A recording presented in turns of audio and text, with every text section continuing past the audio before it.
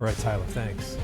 Just a day after South Burlington police released their body camera video of March 11th and the ICE operation on Dorset Street, Vermont State Police is now sharing their point of view from that day. Many protesters say Vermont State Police violated the state's fair and impartial policing policy, but officials say that the force used by police was within reason. Jackson Stover joins us live in the newsroom with more on what else was released by the state today. Jackson. Well, Vermont State Police released over 60 hours of footage this afternoon from that scene. Along with it, an after-action report detailing what state troopers would want to do differently if and when something like this happens again. They blame ICE for the tension and distrust that the community has with local and state police a month later.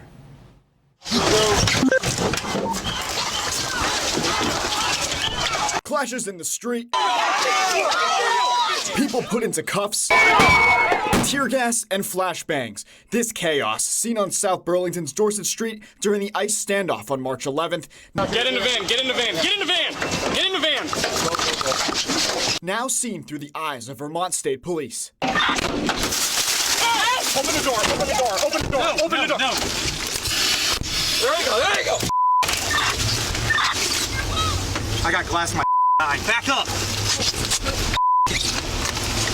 I got glass. Are you good?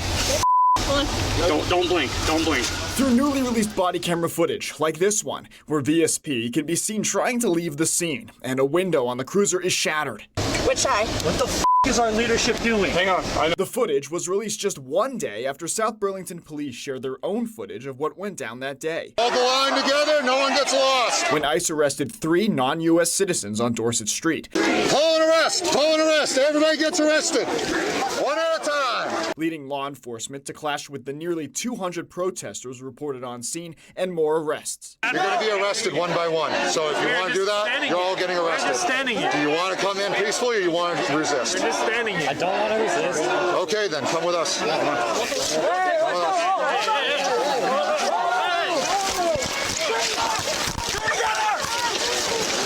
on for a time.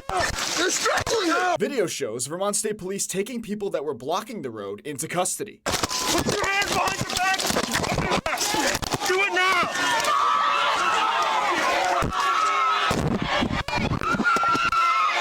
In the after-action report that was released along with the footage, VSP outlines areas of improvement on their part. They say communication across agencies was inconsistent throughout the day, and that ICE acted and operated independently, not listening to state recommendations. Some people who were there that day say that excessive force was used by state and local police, that the state's fair and impartial policing policy was violated on March 11th. Our fair and impartial policing policy really dictates that a valid and complete investigation has to happen, and at this point I don't think it has. Public Safety Commissioner Jen Morrison says people who claim VSP and local police were violating the fair and impartial policing policy failed to consider the public safety risk of this situation. She didn't hold back in her report. She put the blame on ICE, saying in part, quote, "In my 36 years as a law enforcement professional, I have never witnessed a multi-agency operation in which one agency is so far out of alignment with others." Now, Commissioner Morrison adding in a report that she's also requesting a meeting with top ICE officials as soon as possible. Reporting in the newsroom, I'm Jackson Stover, NBC5 News.